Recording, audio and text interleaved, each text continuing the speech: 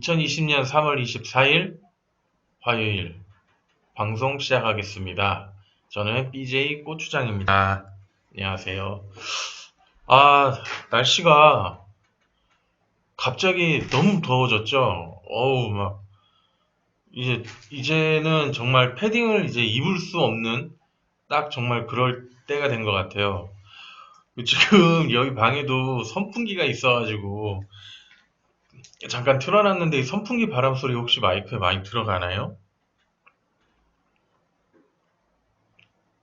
선풍기를 꺼야 되겠죠? 괜찮으시면은 그냥 하고, 괜찮으신가요? 소리 많이 안 들어가나요?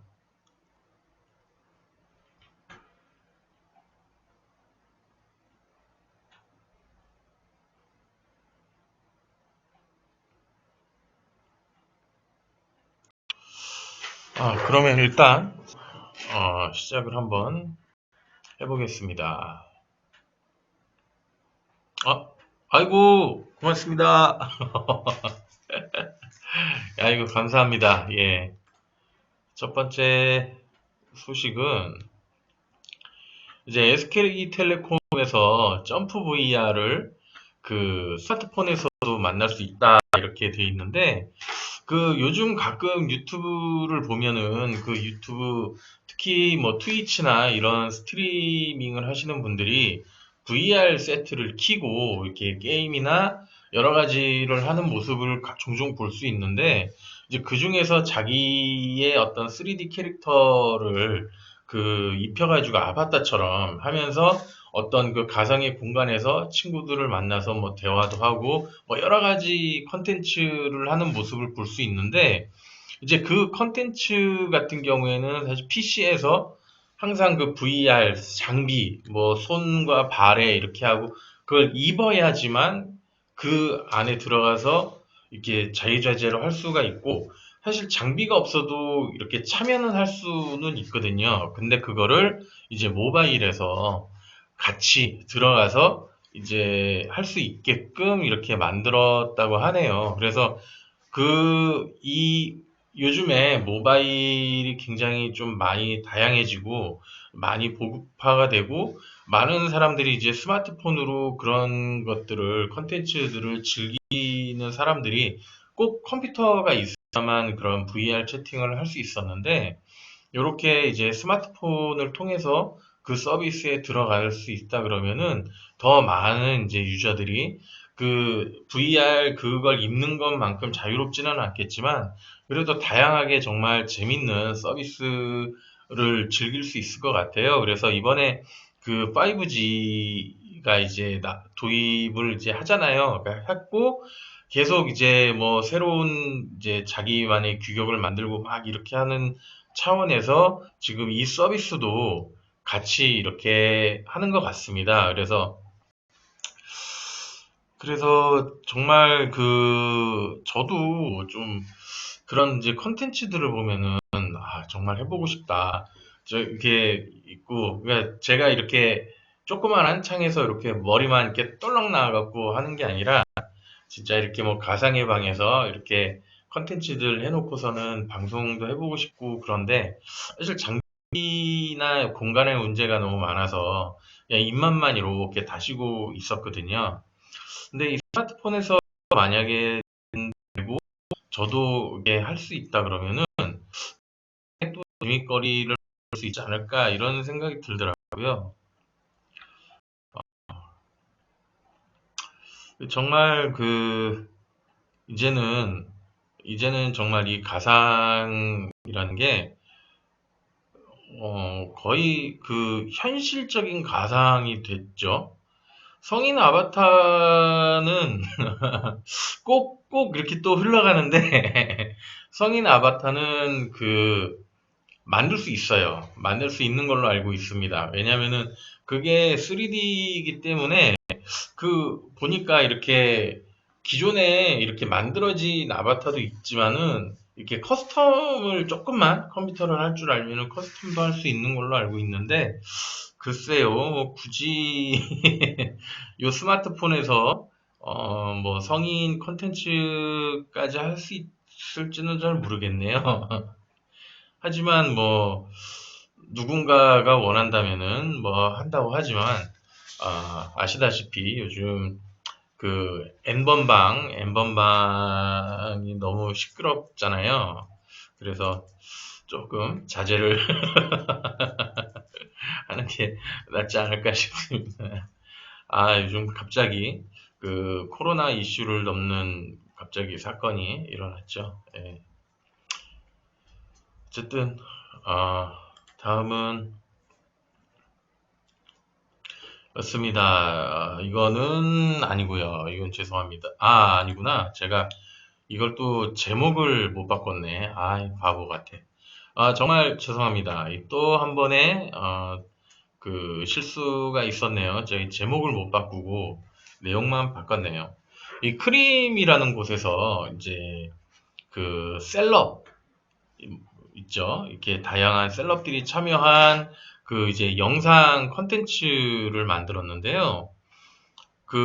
뭐 이런 서비스가 요즘에 조금 많이 있죠. 뭐 다양한 뭐 연예인들이 맞춤형으로 이렇게 누군가를 위해서 이렇게 부탁을 하면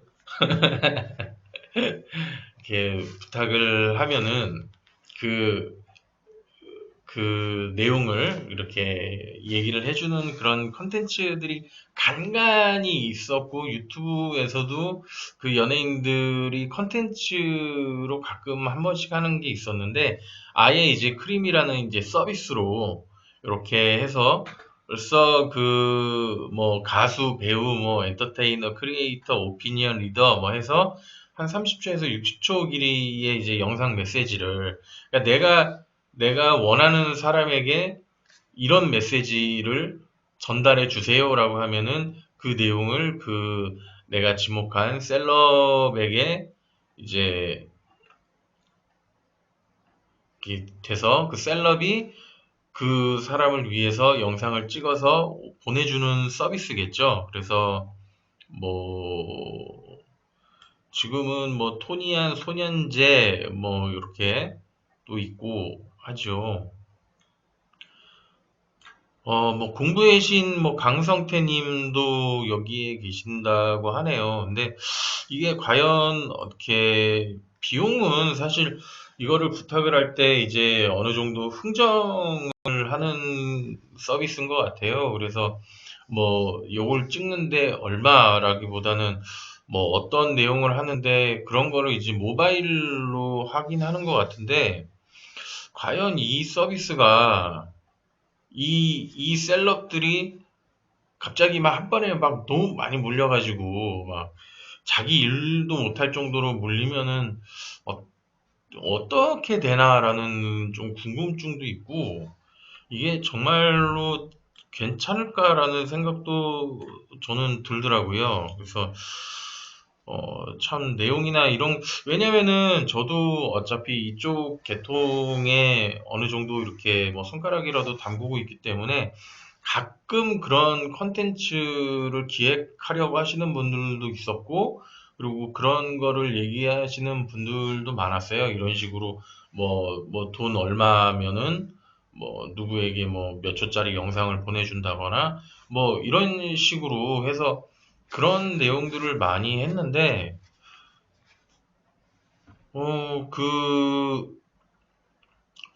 과연 이게 정말로 많아지면 이 서비스가 원활하게 될까라는 이제 조금 약간 뭐 제가 고민할 내용은 아니겠죠. 근데 뭐 제가 좋아하는 연예인 아니면은 내가 그 보내주고 싶은 사람이 좋아하는 연예인을 이렇게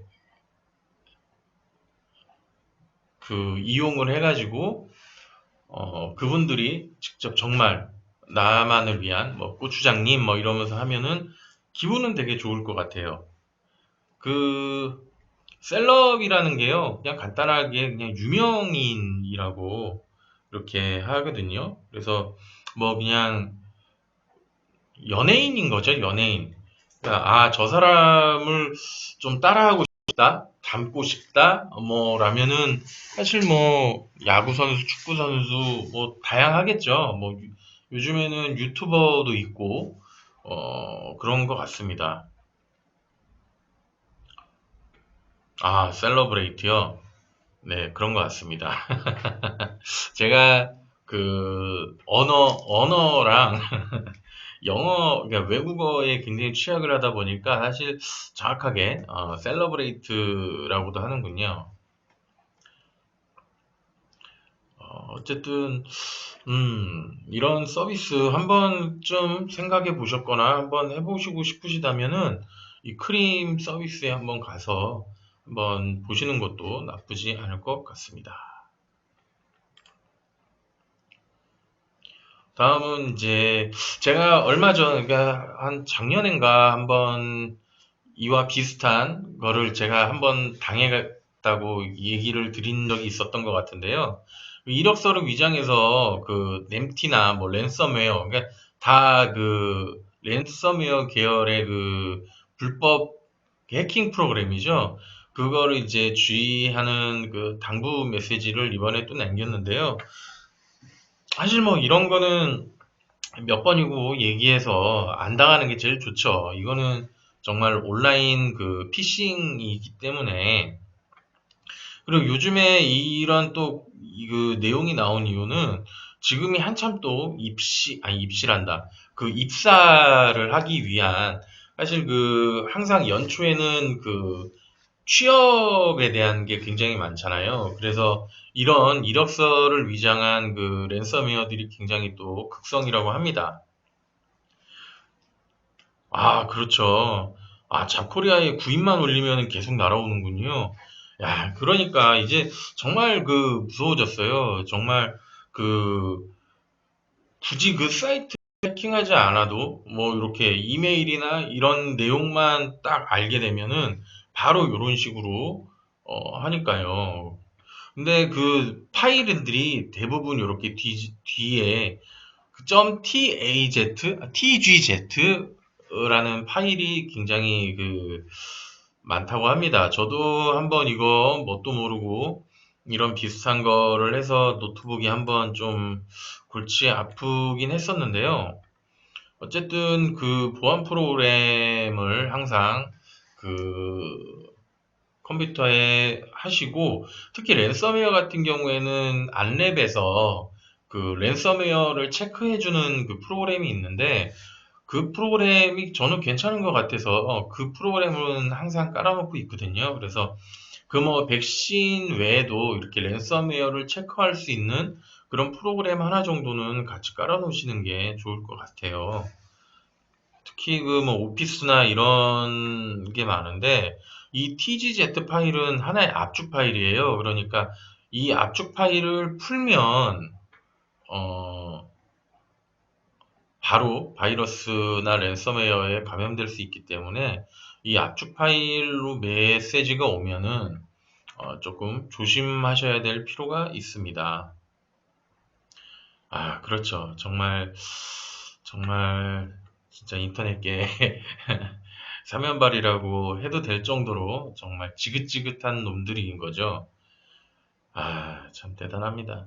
그 뭐 어쨌든 코로나19 때문에 그 비대면 채용이 계속 늘어나니까 정말로 이게 급증한다고 합니다. 그래서 최대한 정말 조심하시길 바라고, 그리고 만약에 정말로 이력서를 받는다 그러면 이렇게 압축 파일이 아닌 실, 그냥 실제 그냥 뭐 워드나 한글 파일로 이렇게 접수를 하시는 게 더욱더 좋을 것 같습니다. 어쨌든 정말 조심하세요. 이거는 한 번 걸리면 정말 누구를 탓할 수도 없는 그런 거기 때문에 참 조심하셔야 됩니다. 그리고 항상 정말 중요한 데이터는 그 외장형 디스크나 뭐 USB에 따로 이렇게 보관을 또 해놓으시는 그런 습관도 기르시는 게, 왜냐면은 정말로 무방비하게 정말로 생각지도 못했던 곳에서 갑자기 이런 일을 당할 수 있어요. 그럴 때 어, 데이터를 다 날려야, 순간적으로 다 날려야 되는 상황이기 때문에 정말 중요한 자료다라고 한다면은 그런 외장 디스크에 백업을 항상 해 놓으시는 거를 권장드리고, 뭐, 그런 기회에 뭐 야동도 뭐 없어지면은 뭐더 좋은 거겠죠.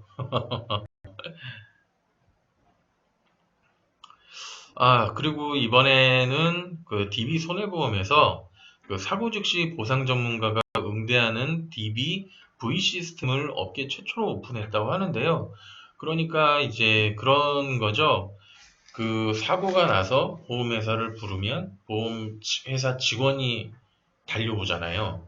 달려와서 그 상황을 보고 이렇게 처리를 하는데, 이제는 영상 통화를 통해서 그 배정된 그 상담사랑 영상 통화를 하면서 이제 그 즉시 바로 이렇게 그 사고에 대한 그런 거를 확인을 할 수 있는 그런 이제 시스템이라고 합니다. 그래서 뭐 이렇게 사실 그렇잖아요. 사고가 나고 막 보험회사 직원이 오기까지의 시간과 막 이런 것들을 하다 보면은 어디선가 또 이상한 또 레카들이 막 와서 기다리기도 하고, 굉장히 그 복잡하고 빨리빨리 처리하고 싶은데 그러지 못하는 경우가 많은 거를 이렇게 영상 이제 통화 시스템으로 이제 바꾼 건데, 아직까지는 글쎄요, 이게 얼마나 실효성이 있을지는 이제 다른 이제 손해보험에서도, 자동차 보험 손해보험에서도 이제 도입이 된다 그러면은 모르겠는데, 글쎄요, 과연 이게 얼마나 자세하게 그게 될지는 모르겠어요. 사실 대부분 이제 사고가 나면 네가 잘못했네, 내가 잘못했네 하면서 조금 약간 좀 이렇게 언쟁이 높아지는 경우가 간혹 있잖아요. 그럴 때 영상 통화로 이렇게 전화기를 이렇게 붙들고 여보세요 막 이게 조금 웃길 것 같기도 하고요. 뭐 아직 초기니까 그럴 수도 있고, 뭐 정확한 사고에 대한 그 영상 통화를 통해서 그 정확한 사고에 대해서 이렇게 좀 보여주고 해야 되는 상황에서도 과연 얼마나 응대가 될지는 모르겠지만, 점점 이제 이런 식으로 앞으로 가겠죠. 예, 맞아요. 저기 좀 나이 드신 분이면, 아니, 그러니까 사고 영상 좀 보여달라고요. 막 이러면, 예, 그거 어떻게 하는 건데요? 막 이러고, 아니, 그거를 이렇게 뒤집어서 하시면 되는데요. 그러면, 아니, 이걸 어떻게 뒤집으라는 거야? 막 이러면서 막 이러고 막 하면, 어느새 막 현장 도착해 있고, 좀 그런 웃지 못할 상황도 좀 연출이 될 것 같긴 하네요. 그리고 아직까지 제 주변에도 투지폰을 쓰고 계시는 분들이 계세요. 그런 분들은 이 서비스를 하시지 못하니까 뭐 조금 불편하시겠죠. 아이고 고맙습니다. 당당님 고맙습니다.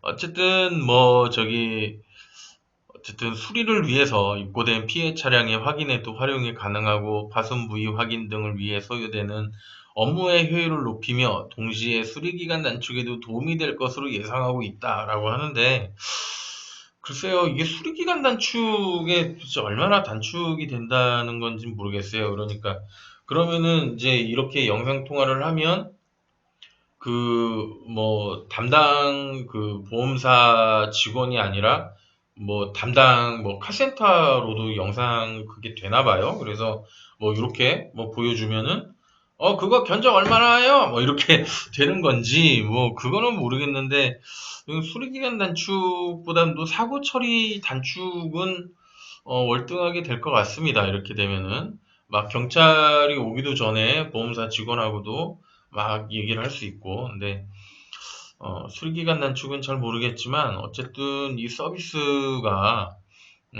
된다 그러면은 또 재밌는, 재미는 아니죠. 죄송합니다.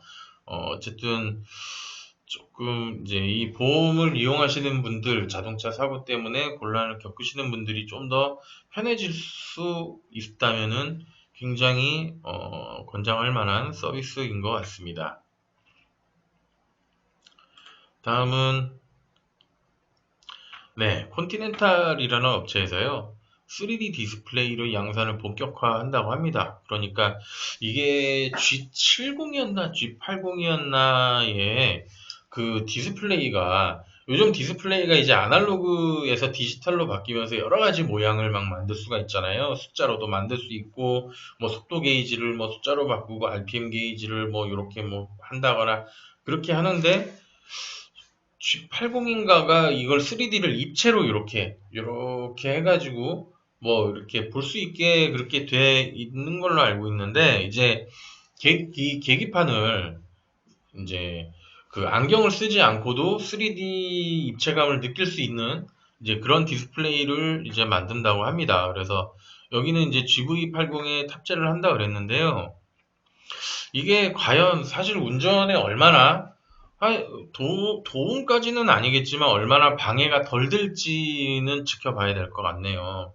그 사실 운전을 하다 보면은 계기판을 잘 못 보거든요. 운전을 좀 이렇게 여유 있게 할 때는 잠깐 보지만은 약간 좀 이제 골목이나 이런 데서는 사실 보기가 조금은 힘들고 실질적으로 뭐 이렇게 잘 안 보기도 하잖아요. 그래서 뭐 HUD라 그래서 아예 그냥 앞 유리에 이렇게 숫자나 이런 거를 이제 띄우는 그런 이제 방식도 나오고 그러는데 이거를 3D로 이렇게 해서 막 이렇게 보여주면 아니 뭐 얼마나 뭐 잘 보여줄지는 모르겠지만 어쨌든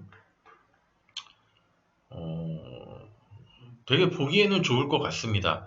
그 아이나비인가요? 뭐 어디 내비 업체에서 요즘에 이제 내비게이션을 앞에 이제 카메라를 달아놓고 내비 화면이 그 앞에 있는 카메라로 연결이 된 영상 화면이 나오고 이제 그 영상 화면에 그래픽으로 화살표 같은 게 나오고 해서 굉장히 막 뭔가 되게 혁신적인 느낌의 막 내비게이션이 있더라고요. 그래서 처음에는 와, 막 야, 이제 내비게이션이 정말로 막 이런 게 나왔구나 막 했는데 생각보다 그게 시야가 되게 좁고 카메라 화각이 그게 작은 모델이어서 그런지 몰라도 시야각도 좁고 사실 더 혼동이 와요.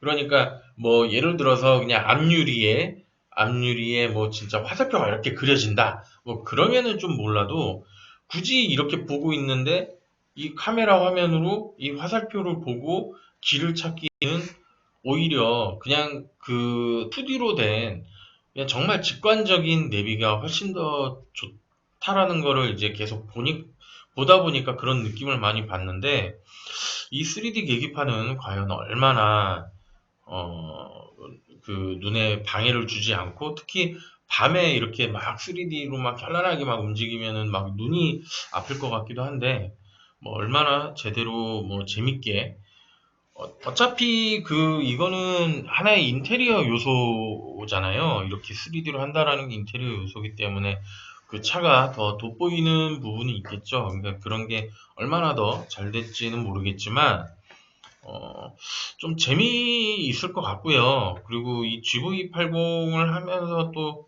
이렇게 또 3D로 이렇게 된다 그러면은 되게 또 하나의 이렇게 누가 옆에 탔을 때, 아, 이거 봐라. 막 하기가 딱 좋잖아요. 예전에 그, 이제 제가 타는 차는 되게 이제 깡통인데, 그 다음 연식의 모델의 차가 나왔을 때, 계기판이 막 색깔 조정이 되는 거예요. 제 차는 그냥 녹색인데, 그 차는 막 파란색, 빨간색 막 조절이 되는 거예요.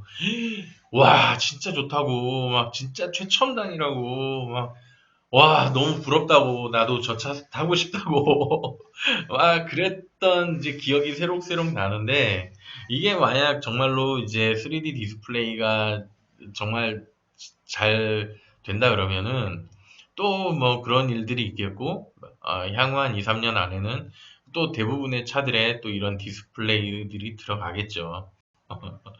근데 하여튼 좀 재밌는 것 같습니다. 예, 맞네요. 호텔 셰프가 라면 끓이는 격이네요. 근데 또 호텔 셰프의 라면 또, 갑자기, 라면 땡기네요. 다음은 자동차에 관련된 내용을 가져왔습니다. 그래서 세계에서 가장 못생긴 차 탑 10인데요. 이 피키탑이라는 이제 외국 사이트예요. 이 외국 사이트 이 피키탑이라는 데가 그 어떤 이제 재밌는 순위를 매기는 그런 사이트예요. 외국 사이트인데 그 이제 이 사람들이 지금까지 나온 차들 중에 자기네들 기준에 정말 이 차는 눈 뜨고 보기 힘들 정도로 못생겼다라고 이제 하는 이제 그런 차들을 10대를 모았다고 합니다. 그래서 굉장히 좀 뭐 미래적이기도 하고 무슨 뭐 괴수 같기도 하고 그러죠. 이 차도. 그래서 이제 어, 어쨌든 이렇게 이 순위들을 매겨봤다고 하는데요. 한번 이 열대의 차들이 어떤 차들인지 한번 보도록 할까요? 일단은 이 10개 중에서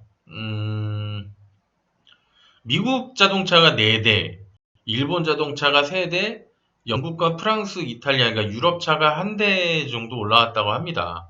뭐 그러면서 이 리스트에 올랐다고 해서 그 차가 절대적으로 못생겼다는 것을 의미하지는 않으니 재미로 보도록 하자라고 하면서 또 이렇게 살짝 이렇게 말끝을 이렇게 흐리는 모습을 볼 수 있지만 한번 피키탑에서 이제 선정한 세계에서 가장 못생긴 차가 어떤 차인지 한번 10위부터 보도록 하겠습니다.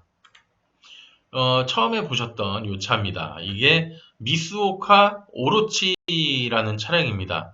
이거 보면 굉장히 좀 특이합니다. 이게 정말 못생긴 건지 아니면은 정말 미래적인 건지 어쩐 건지 모르겠는데, 야, 이게 정말 그 양산으로 나온 디자인이네요. 그래서 이 피켓탑은 퍼져버린 낙하산처럼 생긴 이 차의 가격은 무려 하나로 1억 3천만 원이라고 한다면서요. 전면부는 디자이너가 아마도 이 차가 웃기거나 먹을 수 있는 것처럼 보이도록 하기 위해 열심히 노력한 것으로 보인다고 이제 막 비아냥을 막 했다고 합니다. 이 미쓰오카라는 그 브랜드, 일본 브랜드 자체는 사실 우리나라에 그렇게 알려지진 않았어요. 왜냐면은 이 미쓰오카라는 그 브랜드가 제가 알기로는 기존에 있는 차를 이렇게 약간 드레스업이나 이런 걸 통해서 조금은 좀 다른 디자인을 만드는 그런 이제 업체로 알고 있거든요. 그래서 뭐 우리나라에 뭐 들어온 뭐 혼다나 뭐 렉서스 이런 차보다는 굉장히 생소하신 그런 브랜드실 겁니다. 우리나라에도 뭐 한두 대 정도는 굉장히 좀 어떤 그 수집가 분들께서 수입을 하셨을 수도 있어요. 그런가요? 예, 맞네요. 시멘트 포장에 누가 이렇게 발자국을 내고 간 것 같기도 합니다. 다음은 이제 폰티악 그 키트로 유명한 폰티악 그 예전 키트 그 아시죠? 키트 그 이렇게 날렵하게 생긴 그게 이제 파이어버드 트랜스엠 그러니까 파이어버드 뭐 트랜스엠 이름 한 번쯤 들어보셨을지도 모르는데 그런 차를 만들었던 회사인데 그 트랜스 스포트라는 차를 만들었는데 사실 아마도 그 이제 네모난 차에서 점점 이제 뭐 라운드가 지고 좀 더 이제 미래적인 차로 이제 나오는 이제 그런 시점에서 아무래도 뭔가 조금 그 오류가 나서 만들어진 그런 모델 같습니다. 그래서 어, 이 피켓탑에서는 폰티악이 내놨던 스포츠 미니밴은 핸들이 뒷자리에 달려있는 것처럼 보여서 앞좌석의 행방을 알 수 없을 것이며 헬스장에 생전 처음 가면서 그 최신 스포츠 용품을 둘둘 말고 가는 중년 아빠처럼 보인다고 이제 막 호평을 했다고 합니다. 그 어쨌든 그 그 당시, 그러니까 이 차가 나왔을 당시가 80년대인데, 그 이제 크라이슬러 계통의 미니밴들이 굉장히 그 득세를 했다고 합니다. 그럴 때 이제 이 폰티악, 그러니까 GM 계열인데, 이 폰티악에서 그 시장에 뛰어든 모델인데, 글쎄요, 뭐, 파이어버드를 만들고 나서 이렇게 위로 이렇게 쭉 늘린 것 같은 뭐 그런 조금은 굉장히 독특한 디자인인데 뭐 내부는 굉장히 뭐 이것저것 현란하게 했다고 하지만 사실 그렇죠. 이거를 타고 좀 다니기에는 그렇게 뭐 썩 좋아 보이진 않는 것 같습니다. 어쨌든 좀 뭐 대충 그쵸. 이게 스타렉스를 그 이게 주둥이를 잡고 이렇게 얘녀시가 하고 이렇게 주둥이를 이렇게 자꾸 늘린 것 같은 그런 느낌이죠. 다음은 마르코스의 멘티스 M70이라고 합니다. 무슨 개구리 왕눈이처럼 생겼죠. 한때 이제 7, 80년도에 미국이나 이제 전 세계적으로 헤드라이트가 보통 동그란 거나 약간 이런 약간 라운드 가진 네모난 헤드라이트를 쓰면서 그 앞을 굉장히 이렇게 네모나게 좀 깎아서 만드는 디자인들이 굉장히 많았는데 이 차는 거기에 앞을 더 늘려가지고 요 헤드램프만 빼면은 꼭 무슨 그 뭐 그 키트처럼 뭐 그렇게 만들었는데 이것도 디자이너가 굉장히 좀 혼란을 많이 겪은 것 같습니다. 그 이런 류의 헤드라이트는 붙여야 될 것 같고 차를 이렇게 좀 날렵하게 미래적으로도 만들고 싶고 막 여러 가지 고민 끝에 나온 좀 혼종인 것 같은데요. 음, 이게 피키탑에서는 이번 순위가 딱히 못생긴 순서대로 나열된 것은 아니지만 이 마르코스 멘티스 M70은 완전히 심미적인 결함을 가지고 있어 특별히 주의를 요구한다는 그들의 말에서 그들이 이 차의 디자인을 얼마나 끔찍하게 생각하고 있는지를 알 수 있을 정도로 어, 그쵸. 저도 좀 그렇네요. 이 앞은 이거 방열판인 것 같은데 굉장히 좀 특이하죠? 그러게요. 이거를 이제 사실 이 당시에 또 유명했던 게 이 팝업 헤드라이트라 그래서 이렇게 라이트가 숨어 있다가 이렇게 라이트를 키면 볼록 하고 이렇게 튀어나오잖아요. 이게 이제 이렇게 그렇게 디자인을 했으면 차라리 더 좋았을 텐데 어떤 이유에선지는 모르겠지만 어, 이렇게 라이트가 돼서 더 그런 것 같고 이 뒤에도 뭔가 이렇게 뚝띠하게 튀어나온 게뭐 곡선이 이쁜 것도 아니고요. 이 마르코스가 영국 브랜드라고 하네요. 보니까 이 뒤에 그러니까 2 플러스 2라고 차는 쿠페지만은 뒷자리가 있는 모델이라 아마 뒷좌석 사람들의 그 공간 때문에 그러니까 굉장한 혼종인 거죠. 뭔가 날렵한 스포츠카를 만들고 싶지만 라이트는 이걸 쓰고 싶고 네 명이 앉게 하다 보니까 뒤에는 늘려야겠고 막 하다 보니까 굉장히 굉장히 특이한 이것도 주둥이를 잡고 이렇게 쭉 엿가락 늘리듯이 늘려놓은 듯한 그런 참 형상입니다. 굉장히 특이합니다. 다음은 이제 굉장히 익숙하죠, 이 차. 닛산 큐브입니다. 우리나라에도 지금도 굉장히 많이 다니고 있고, 사실 우리나라에서 특히 여자들이 굉장히 이쁘다고 많이 하던 차인데, 저도 좀 생소했어요. 이 차가 올라와 있네요. 그 뭐라고 했냐면은, 나는 지금까지도 이 차의 디자이너가 가진 사고방식을 이해할 수 없다면서 이 차는 안전한 분위기는 물론 어떤 신뢰감이나 심미적인 매력을 제공하지 않는다고 그렇게 평가를 했습니다. 그렇죠. 자동차가 정말 이 박스카라는 이름이 붙은 이 덕분에 우리나라에서도 그 레이 모델이 나왔죠.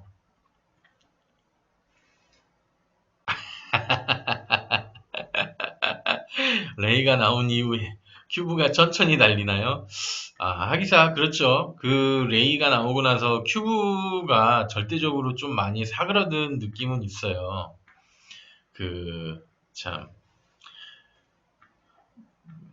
일본에서도 사실 좀 기이하게 만든 굉장히 좀 특이한 카잖아요. 이 박스카라는 차인데, 그거를 문짝을 이렇게 바꿔가지고 국내에선 또 소형 경차로 또 이렇게 만들었으니까 참 어쨌든 뭐 실용도는 굉장히 좋은 것 같아요. 어쨌든 디자인은 사실 좀 그렇게 사실 막 세련됐다거나 이쁘진 않지만 그 보통 이렇게 차의 뭐 전고나 이렇게 길이 같은 걸 잴 때 대부분 이런 데가 이렇게 라운드가 이렇게 지면서 사실 없어지는 공간들이 되게 많잖아요. 근데 이 박스카의 특징은 그런 공간 최대한 빡빡 집어넣어서 공간을 최대화를 할 수 있다라는 장점이 있어서 사실 레이도 안에 들어가 보면 와 진짜 경차가 맞나 싶을 정도로 굉장히 실내가 큰 거를 볼 수 있죠. 근데 하여튼 참 이 피케타웨에서도 이 차가 굉장히 좀 유별나 보였나 봅니다. 다음은 시트로엥 아미라는 차입니다. 이것도 굉장히 좀 약간 그 다스베이다 느낌 나지 않나요? 다스베이다? 다스베이다나 아니면 개구리 왕눈이 그렇게 뭘 쓴 그런 느낌이고 이 뒤에도 보면은 무슨 그 캠핑카도 아니고 지붕 요렇게 보통 요렇게 돼 있는 형상들인데 자동차가 여기가 요렇게 해서 없죠 여기가. 그래서 이 피케타에서는 이 꺾인 뒷유리에 대해서 절망적인 공기 역학과 모호하기 짝이 없는 미학이 서로 맞물리지도 않은 것 같다라고 막 비난을 했다고 합니다. 그리고 조잡하게 설계된 역방향 뒷유리는 끔찍한 공기 역학적 특성을 가졌다고 정말 비평을 많이 했다고 합니다. 그 사실 이 디자인을 봤을 경우에는 이 디자인을 보면은 이 당시가 굉장히 오래된 그 연식이고 그리고 자동차를 이렇게도 실험해보고 저렇게도 실험해보고 막 할 때잖아요 한창. 그래서 모양도 이렇게도 만들어보고 저렇게도 만들어보고 하면서 만들어진 그런 디자인인 것 같은데 어쨌든 뒷유리가 정말로 이렇게 역으로 꺾여 있는 모양은 이 차가 거의 전무후무한 것 같습니다. 거의 50년대에 어, 50년대에 나온 그런 차량이라고 합니다. 근데 이 차를 처음 만들 때 이렇게 만든 이유가요. 뒷좌석에 이 실내 공간을 더 확보하기 위해서 만들었다고 합니다. 그래서 그 생각보다 실질적으로 뒤 공간이 넓기 때문에 프랑스 시장에서는 굉장히 좀 인기가 있던 차라고 합니다. 글쎄요. 이거는 유리를 옆으로 열진 않을 거고요. 어차피 똑같이 이렇게 빙글빙글 이렇게 돌려가지고 내릴 겁니다. 이렇게. 그리고 이때는 거의 이거를 뭐 그 문으로 집어넣고 개념이 아니라 그 문을 이렇게 밀어서 이렇게 유리를 이렇게 밀어서 쓴다거나 뭐 안으로 접는다거나 이런 식으로 약간 정말로 창문의 개념으로 많이 썼기 때문에 제가 봤을 때는 좀 그런 식의 창문의 그게 아닐까 싶습니다. 이 반쪽짜리는 이쪽으로 할 수는 있을 것 같긴 하네요, 이것도. 하여튼 그때 당시에는 뭐 이렇게 돌려서 여는 방식도 아니었을 것 같네요. 어쨌든 저는 뭐 뒤보다도 앞이 굉장히 좀 특이하게 생겼고 가끔 그 컨셉으로 미래차들 디자인 나올 때 보면은 그 바퀴가 차체 안으로 들어가 있는 게 많은데 그 당시에는 이렇게 뒤에 이런 식으로 하는 차들이 많았죠. 근데 정비에는 굉장히 유리하지 않은 걸로 그렇게 알고 있어서요. 어떨지는 모르겠습니다. 그리고 다음은 AMC에서 나온 페이서라는 차량입니다. 이것도 굉장히 울록불록하지요. 그 피키탑에서는 이 계란을 닮은 디자인은 적어도 이번 기사에서 다룬 다른 차종에 비해 최소한 공기역학적으로 보이기는 한다. 뭐 어느 게 그래도 약간은 긍정적으로 이렇게 그 시작을 하는 것 같더니만 페이서의 디자이너들은 상한 지 일주일이 된 유기농 땅콩 호박의 형태에서 디자인을 가져오는 실수를 범한 것으로 보인다고 비난했다고 합니다. 이 AMC는 아메리칸 모터스 코퍼레이션이라는 거의 약자고요. 그 크라이슬러에 합병이 돼서 지금은 볼 수 없는 그런 자동차 회사입니다. 그래서 이 차도 굉장히 좀 특이하죠. 약간 좀 우주선처럼 보이기도 하고, 여길 보시면 앞에는 이렇게 아까 그 처음 그 보셨던 이 멘티스의 그런 이제 앞부분과 좀 비슷하죠. 이 당시에는 이런 앞을 굉장히 많이 만들었었거든요. 그렇게 해서 굉장히 동그랗게 공간은 정말 활용도가 좋을 것 같은데 보면은 2인승, 여기 4인승이구나. 이렇게. 이 당시 미국은 시트가 이 헤드레스트도 없고 굉장히 소파 같죠. 제가 봤을 때는 이 바퀴만 없으면은 이렇게 둥둥 떠다닐 것 같습니다. 굉장히 특이하죠. 지금은 볼 수 없는 그런 디자인이고요. 글쎄요, 이거를 스포츠카라고 그냥 쿠페 차량이죠, 쿠페 차량. 이거를 스포츠카라고 하기에는 그냥 소형차고요. 스포츠카는 아닌 걸로 그렇게 알고 있는데, 글쎄요, 이걸 스포츠카라고 이렇게 잘 달릴까요? 어쨌든 이 차를 만들 때요, 세계 최초의 넓고 작은 차라는 캐치프라이즈를 내세웠다고 하면, 그냥 작은 소형차, 그러니까 뭐 조금은 뭐 공간도 넓고 약간 뭐 잘 달리는 그 정도의 소형카 정도인 것 같습니다. 다음은 정말 정말 많이 보신, 그리고 사실 저도 같은 생각을 하고 있었던 차입니다. 네, 크라이슬러 PT 크루저라는 차량. 이 차 은근히 많이 보신 분들 많으실 거예요. 우리나라에도 좀 심심치 않게 많이 볼 수 있는 차거든요. 이 피키탑에서는 마치 중년의 여성이 20대 옷을 입고 있는 것 같다면서 아주 조금은 아름다워 보일 수 있겠지만 헤리티지 디자인이라는 말에는 속지 않을 것이라고 이제 평가를 내렸다는데요. 이게 사실 그렇죠. 굉장히 음, 클래식하죠. 차가 굉장히 클래식하고 요즘 시대에서 볼 수 있는 정말 가장 클래식한 차량인데, 사실 사실 저만 그런지 몰라도 옛날에 이런 류의 클래식카들이 굉장히 이쁘고 굉장히 독특한 차들이 많았거든요. 근데 지금은 이제 뭐 안전상이라던가 뭐 여러 가지 문제로 그런 류의 디자인들이 나오지 않아서 사실 좀 저는 개인적으로 되게 아쉬운 부분이 있었는데 아마 그거를 이 차가 좀 표방해서 나온 것 같다는 생각은 드는데 그렇게 하려면은 조금 더 과감하게 했으면 좋겠는데 뭔가 클래식하게 만들고는 싶은데 그거를 조금 소심하게 만든 느낌이 많이 나요. 그러니까 라이트도 그렇고 이게 뒤에는 더 그러거든요.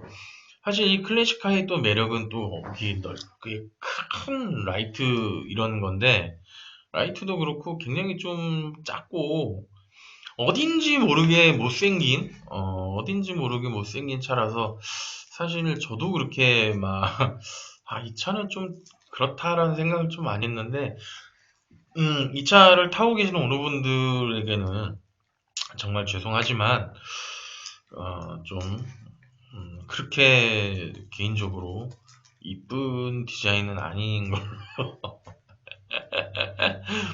예, 어쨌든 지금 이거랑 좀 비슷하게 생긴 모델이 독일의 폭스바겐의 비틀이라는 차가 또 있죠. 그 차도 굉장히 클래식한데 그래도 지금은 없어졌지만 그 비틀이라는 차는 그래도 굉장히 클래식함과 세련됨을 그래도 잘 믹스를 했는데 좀 그런 부분에서 사실 클래식을 좀 재현했다는 부분에서는 점수를 되게 많이 주고는 싶지만 그거를 좀 잘 재현하지 못했다는 부분에서 좀 감점이 많은 개인적으로도 좀 아쉬운 차량입니다.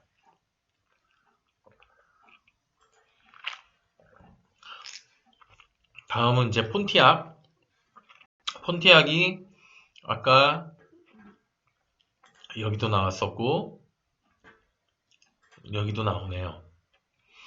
폰티악의 아즈텍이라는 모델인데 이 차는 SUV네요. 굉장히 뭔가 또 스포츠 유틸리티를 위해서 막 이것저것 다 갖다 박은 그런 느낌입니다. 이 피키탑에서는 차체를 이루는 각각의 미적인 원칙을 정면으로 위배하는 자동차로는 아즈텍을 이기기가 어려울 것이라면서 아즈텍은 트랜스포머 장난감과 진공청소기 사이에 잘못된 이종교배로 나타난 물건 같다고 이렇게 얘기를 했는데요.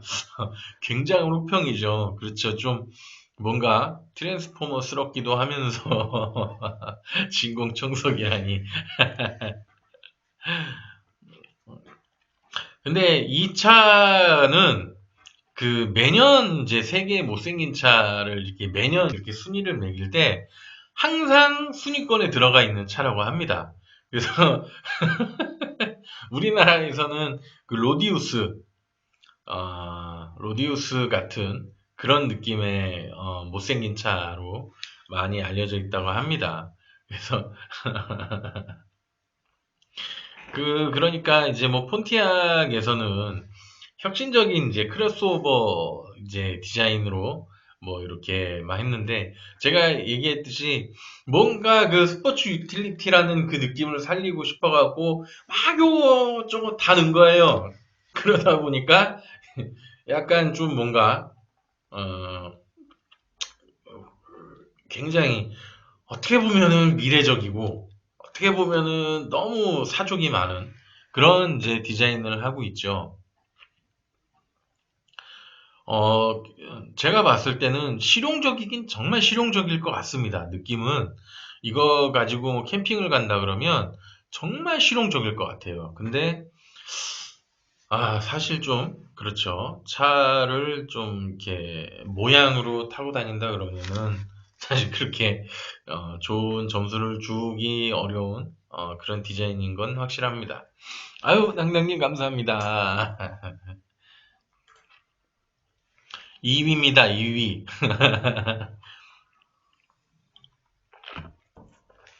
닛산 S, 닛산의 S카고라는 차량입니다. 굉장히 캠핑카처럼 생겼죠? 미니카겠죠?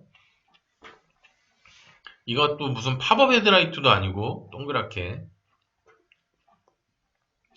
피켓탑에서는 픽사의 키즈 애니메이션을 찍고 나온 것 같은 만화스러운 외모를 가졌다 그러는데, 애니 뭐였죠? 그렇게 픽사의 동그랗게 이렇게 돼가지고 나왔던 애니메이션이 있는데 그 애니메이션을 굉장히 닮은 것 같아요. 이 89년에 이제 닛산에서 소형 상용차로 만들었다고 하는데요. 닛산 산하의 파이크 팩토리의 주도로 개발된 차종이라고 합니다. 그래서 뭐 버블 시절에 일본에서 높은 인기를 누리고 있었던 복고풍의 디자인을 현대적인 솔루션으로 구현한 신차를 만들어 왔는데 이제 그러기에는 조금 제가 봤을 때는 이 차는 피자 배달이나 치킨 배달용으로 쓰기에는 정말 왔단 것 같습니다. 정말 그런 배달용으로는 최고인 것 같습니다. 르노에서 그 전기차 이렇게 오토바이처럼 생긴 그런 전기차가 하나 있죠. 약간 좀 그런 느낌이 많이 나는데 굉장히 굉장히 좀 독특하긴 독특합니다. 그렇죠. 진짜 무슨 플라스틱으로 만든 조립식 장난감 같기도 하고요. 굉장히 특이합니다. 이제 대망의 1위입니다. 1위. 정말 어떤 차일까 한번 보겠습니다. 두구두구 두구두구두구두구 빰빠밤. 네, 피아트 물티플라야라는 차입니다.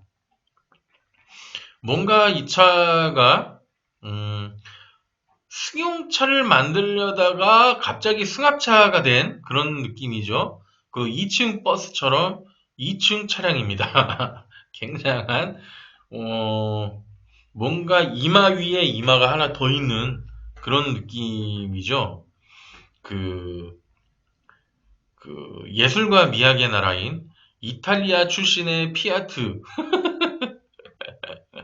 피아트 물티플라 없이는 못생긴 자동차 리스트가 완성되지 않는다고 이렇게 하면서 피아트의 소형 MPV는 이 리스트에 오른 모든 못생긴 차들을 찍어 누를 수 있다고 말했다고 합니다. 그리고 피아트 물티플라는 현대 자동차 산업의 역사 이래, 그러니까 현대 자동차, 그러니까 우리나라 그 자동차가 아니라 현대의 자동차 산업의 역사 이래 최악의 디자인이라면서 마치 미쳐버린 로봇 오리처럼 보인다고 합니다. 아, 이거 본네트 제가 볼 때는 아마 이렇게 딱 열면 이게 앞으로 이렇게 나오면서 이렇게 열릴 것 같아요. 아니면은 이 당시에 유행했던 여기가 이렇게 오픈이 되거나. 이게 굉장히 진짜 특이하긴 특이합니다.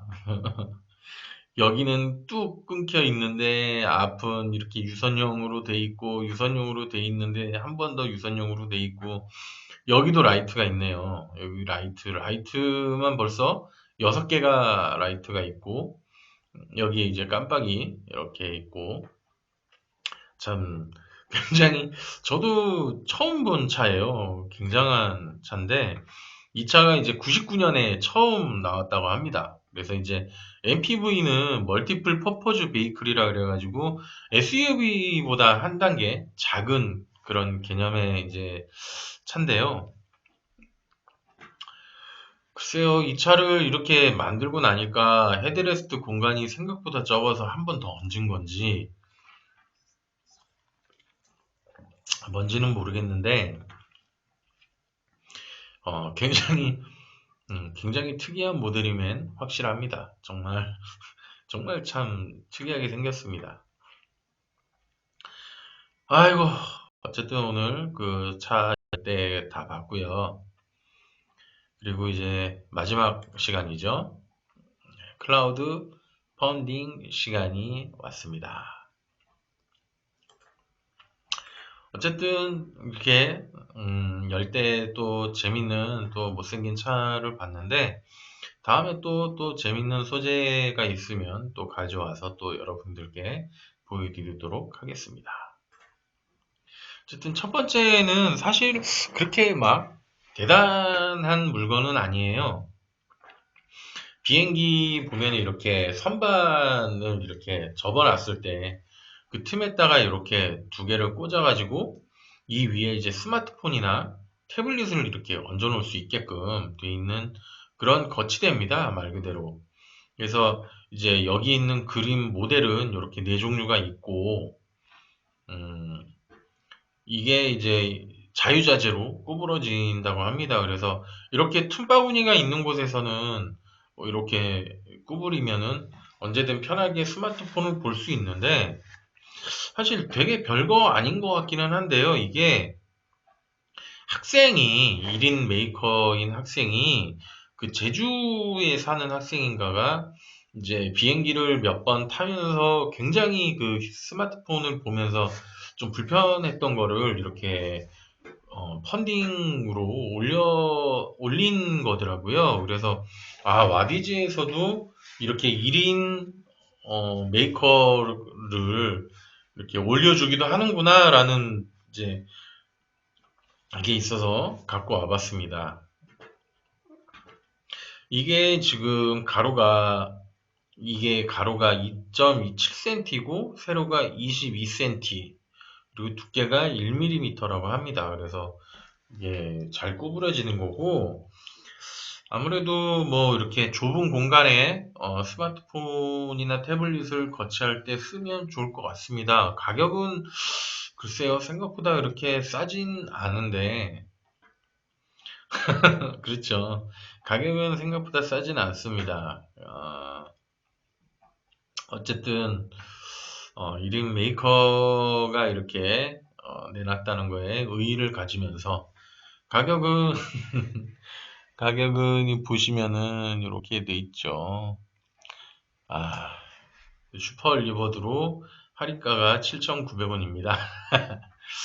글쎄 이게 과연 뭐 얼마나 그거 할지 모르겠는데 어쨌든 사실 그렇죠. 달성도 17%예요. 아마 이게 소량 생산 주문용으로 소량으로 하다 보니까 가격이 그런 것 같긴 한데 글쎄요 뭐 와디즈 보통 이런 거는 와디즈가 아니라 뭐 클라우디나 이런 데서 많이 올리는데 참 와디즈에서 이런 걸 올렸다는 게 참 신기하기도 합니다. 어쨌든 이거는 그냥 의의로 올린 거라고 생각하시면 될 것 같습니다. 다음은 이 호루라기처럼 생긴 게 마우스입니다. 예, 호루라기처럼 생겼죠? 뭐 구름 클릭이라 그래가지고요. 옆에서 보면 이렇게 생겼습니다. 그래서 여기가 버튼이고 휠이 있는 부분인데 아무것도 없죠. 아무것도 없습니다. 이렇게 보시면은 이렇게 잡고 쓰는 건데 이게 이제 우리가 이렇게 마우스를 이렇게 클릭을 하잖아요. 클릭을 하는데 이 부분이 어쨌든 막혀 있고 바닥이 있고 그래서 클릭을 할 때 손가락에 뭐 조금이라도 좀 부담이 올 수 있다라는 이제 이게 컨셉이에요.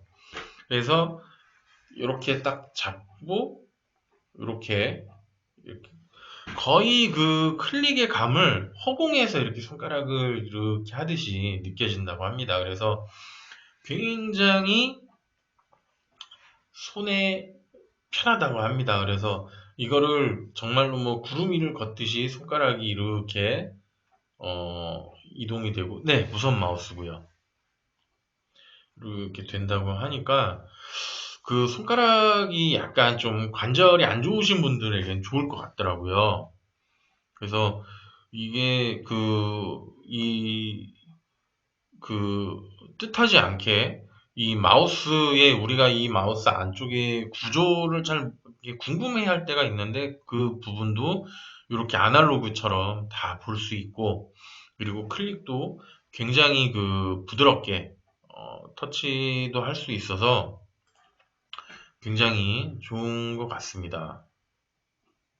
잠시만요. 이거를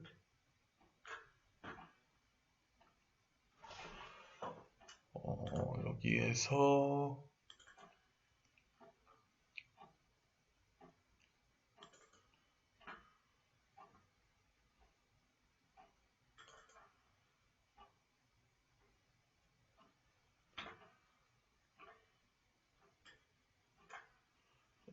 예, 요렇게 클릭이 된다고 합니다.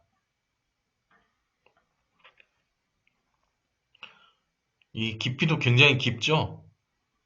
손가락도 크게 부담이 없고, 그,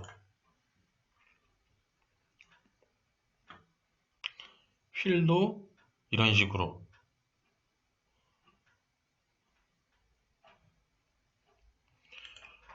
된다고 합니다. 그래서, 조금 특이한, 마우스를 선호하시거나 아니면은 관절을 좀 더 부드럽게 이용하시고 싶으시다면, 한 번쯤 선택하셔도 괜찮은, 사실 이렇게 되는 마우스가 기본이고, 이렇게 해서 쓰는 마우스도 있죠. 근데 어쨌든 이런 이제 좀 특이한 방식의 마우스도 이제 곧 많이 나올 것 같습니다. 근데 굉장히 좀 편할 것 같기도 하고요. 참 그렇습니다. 게임할 때는 사실 이런 마우스를 쓰면 안 되죠. 그 게임할 때는 무조건 유선 마우스에 DPI 높은 그런 마우스에 마우스패드도 게임 마우스패드로 해서 그렇게 쓰셔야죠. 게임할 때 무선 마우스는 아무래도 딜레이가 있기 때문에 좀 정확한 게임을 할 수 없기 때문에 이거는 게임용은 아닙니다. 그냥 저기 특히 클릭할 일 많고 스크롤 할 일 많으신 분들에게 굉장히 좋을 것 같습니다.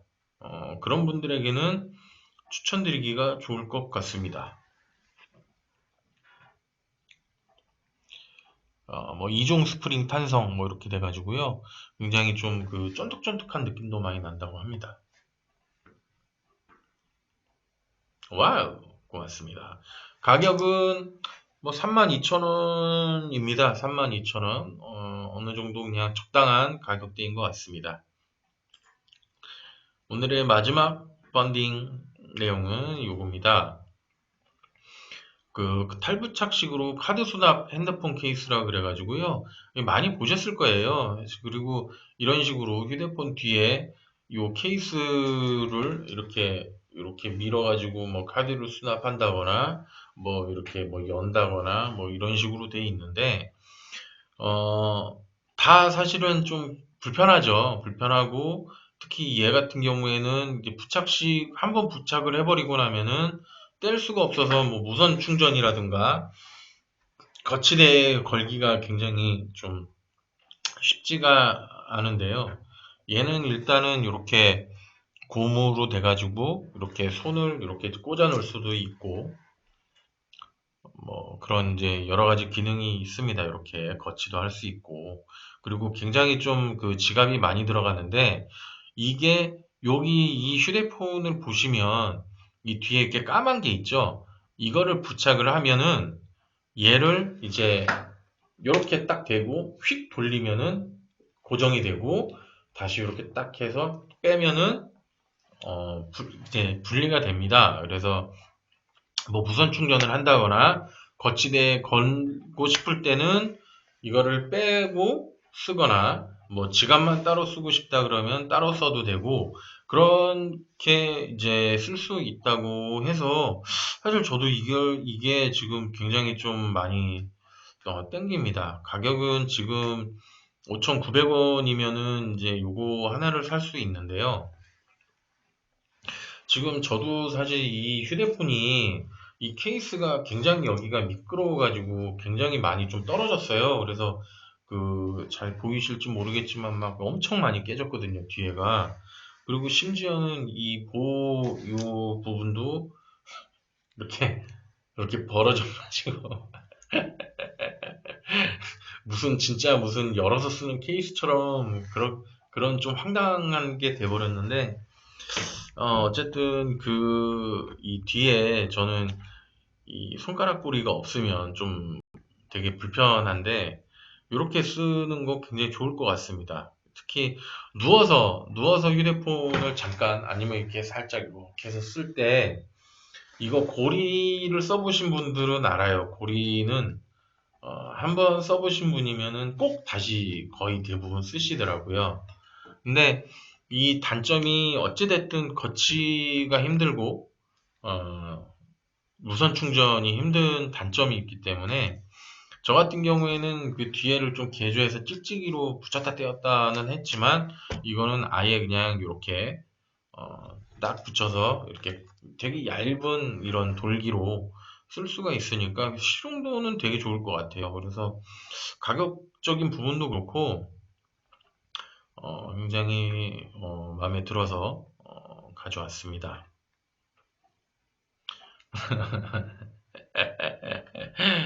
아유, 고맙습니다.